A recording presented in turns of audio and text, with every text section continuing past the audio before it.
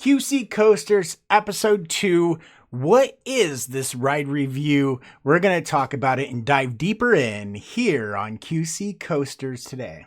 Ride the thrill, feel the heartbeat inside. QC Coasters, it's a roller coaster ride.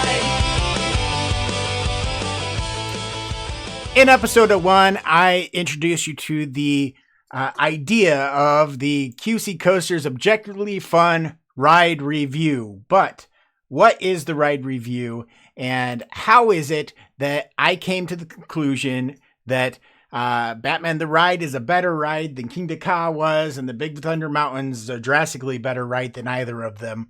And how am I able to show that objectively? Well, we're going to dive into the first category of our ride review today, and I'm going to show you exactly the questions and the kind of the level the ride has to reach in order to get the points in each of those questions, each of those categories.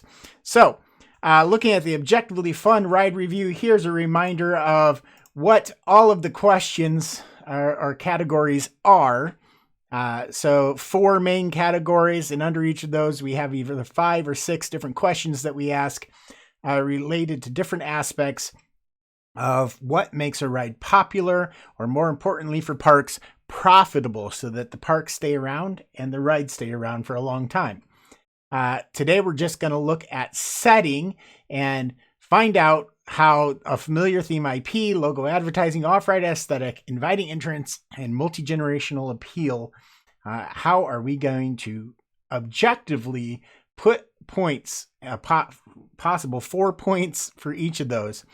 How are we going to score those and make it very clear objectively whether or not they get those points?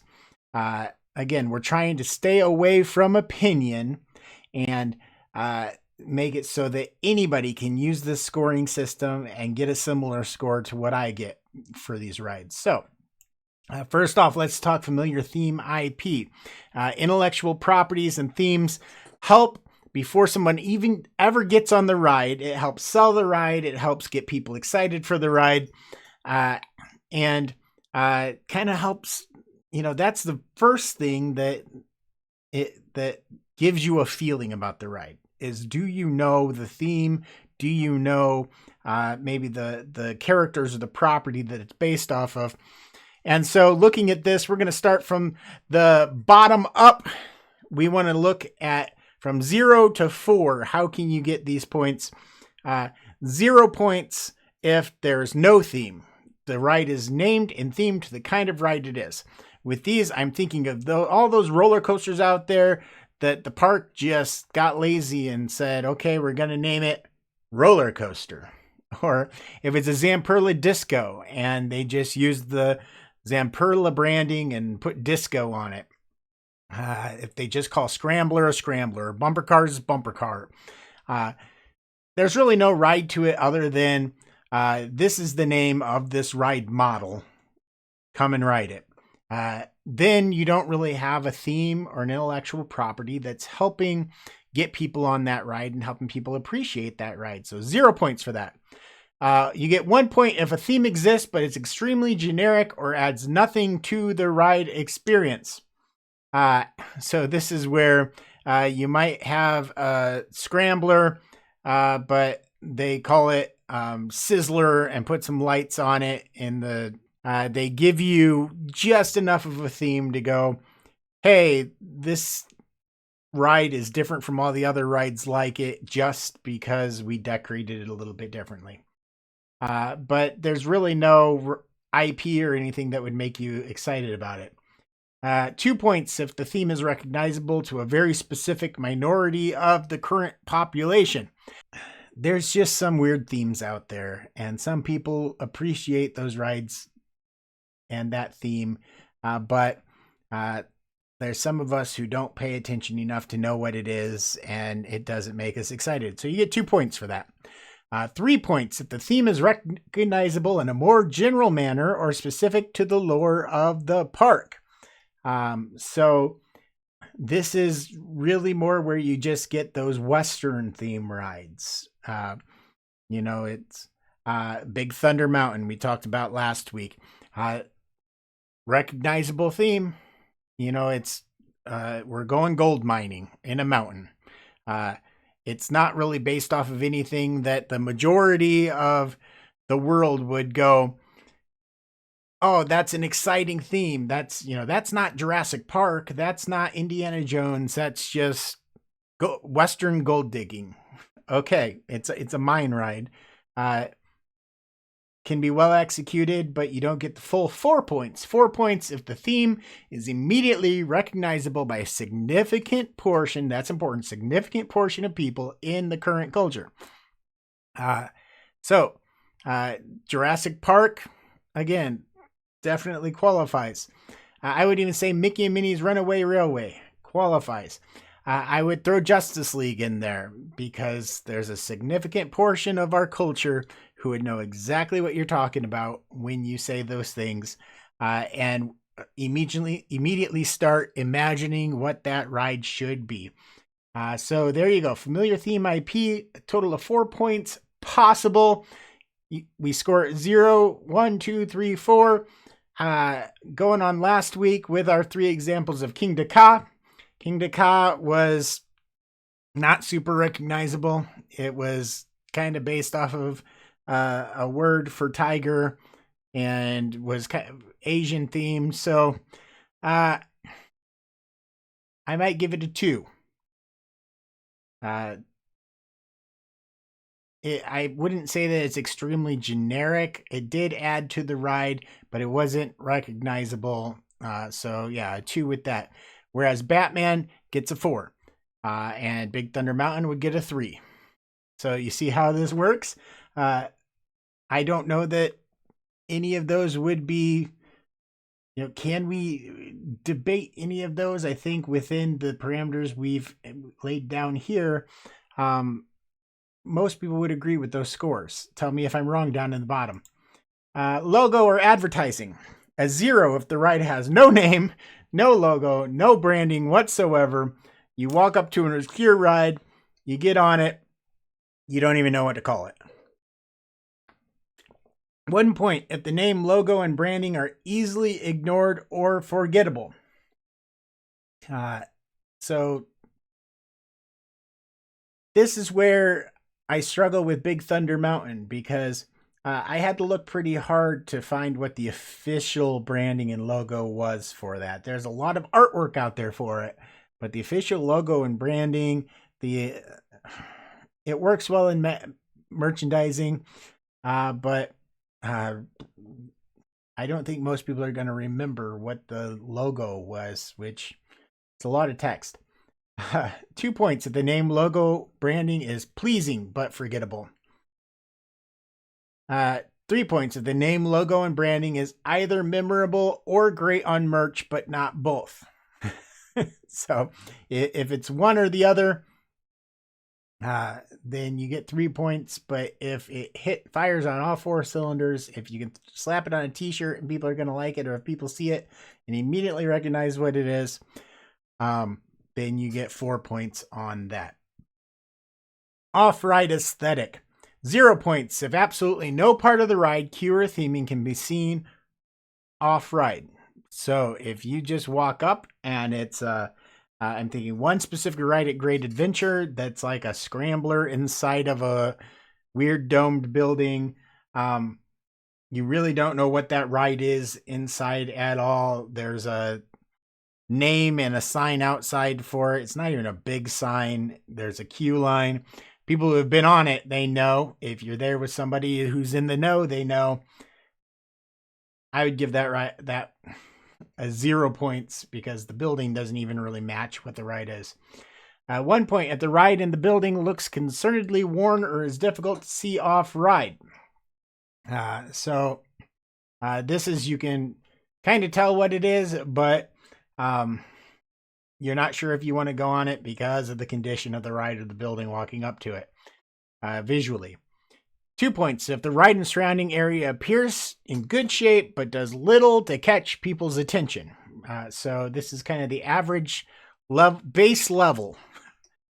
If you can't hit this with your ride, where people walk up, and they can see what the ride is. It looks safe enough, but amongst all the noise of a theme park, it may not be the primary thing you're looking at. That's a 2. 3 points. If the ride building looks well maintained and the area is in good shape and people stop to watch the ride. Now we get into a little bit more specific. You can go to this ride. You can stand there and watch how people react around the ride to see whether or not it deserves a 3. I think that people stop to watch King Ka. People stop to watch Big Thunder a little bit because there's some fun things that happen as it comes around. A 4, if people stop to admire and take pictures with this highly themed ride or building and the surrounding area adds to the ride ambiance. I think Batman and Big Thunder both get 4s in this because they both, Batman at Great America, you've got the Batmobile right out front, you've got the sign, you can see the ride. It's an imposing presence. And Big Thunder, well, who doesn't love to take pictures of Big Thunder? One of the main mountains of the Magic Kingdom. They really do a great job there with those rides for the most part. We'll see in the coming days. There are certain flume rides that took a step backwards in that, at least in my subjective opinion. That's why we're trying to be let's talk just real quick. Tiana's Bayou Adventure with us.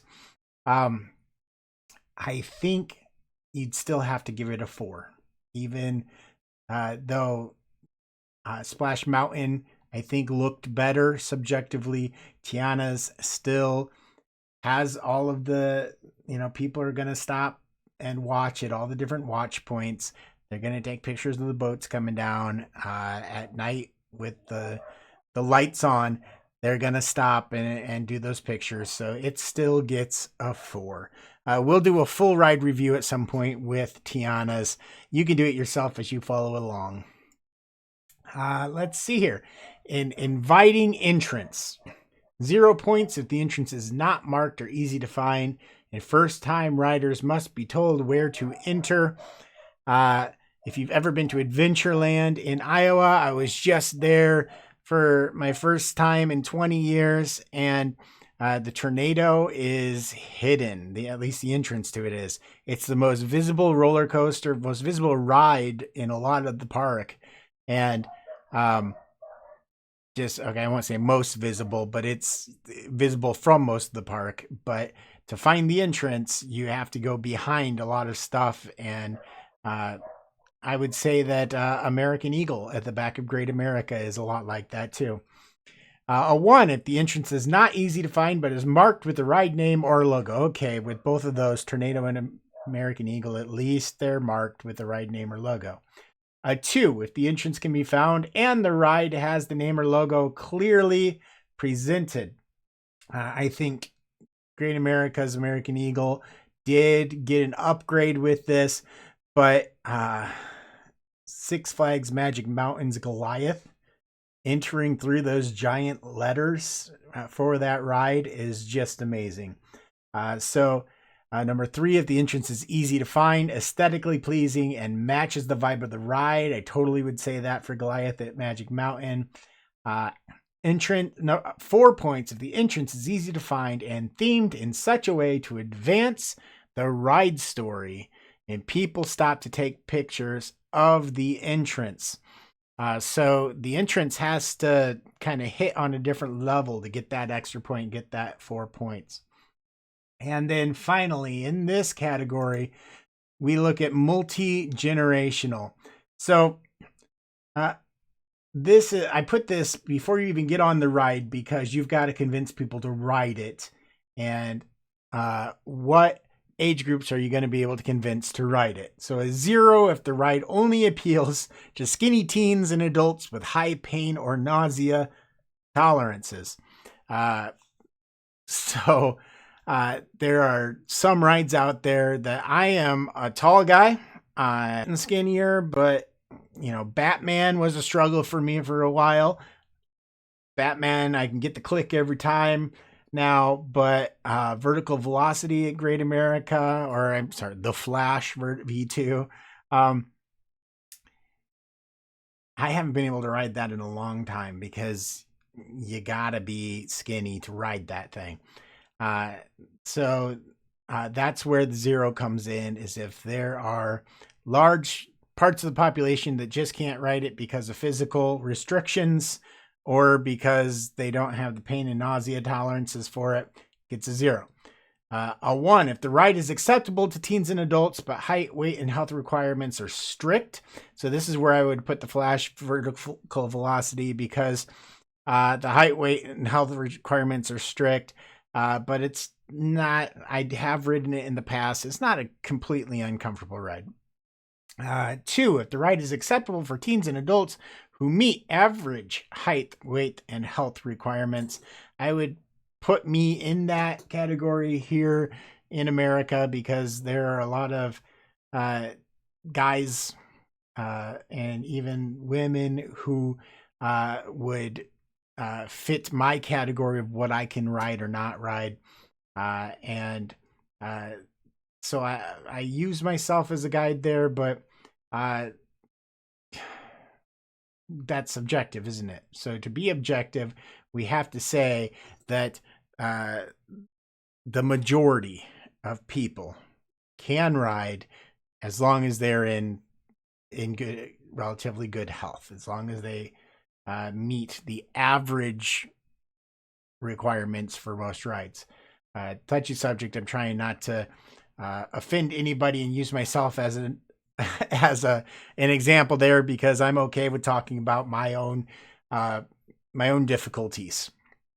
A 3, if the ride is acceptable for kids, teens, and most adults, there are some physical restrictions that apply. I would put the majority of Disney rides fall into this category, where like Big Thunder Mountain, Space Mountain are built to a point where most people can ride them. They're not too extreme. They don't even make you, I mean, they let you take your bags and purses with you on a lot of these rides. But there are some physical restrictions that would keep you from riding them.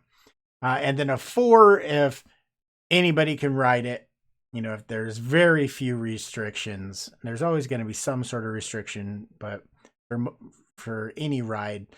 But, you know, these are, you know, transport rides, train rides. You know, if it's just a tower ride that's for seeing the views, you know, a lot of those rides anybody can ride, you know, the smallest riders to the largest riders, as long as you can safely make it on and off of the ride. Okay. I've talked through these 5, and go back through, watch it, pause it if you need to think through them or whatever, and let me know down below. What do you think? Did I miss anything here? Can I clarify any of these? Are these questions being as objective as they can be, and are they striking at the heart of kind of the setting of a roller coaster or amusement park, right? And what would help people go on it? Once again, just comment down below, share this video with friends. Let me know if I'm completely off track, or if this is something that is just get your neurons firing and get you excited to start grading some of your favorite rides too, and seeing how they match up. I'm John. We'll see you next time on QC Coasters. Ride the thrill, feel the heartbeat inside. QC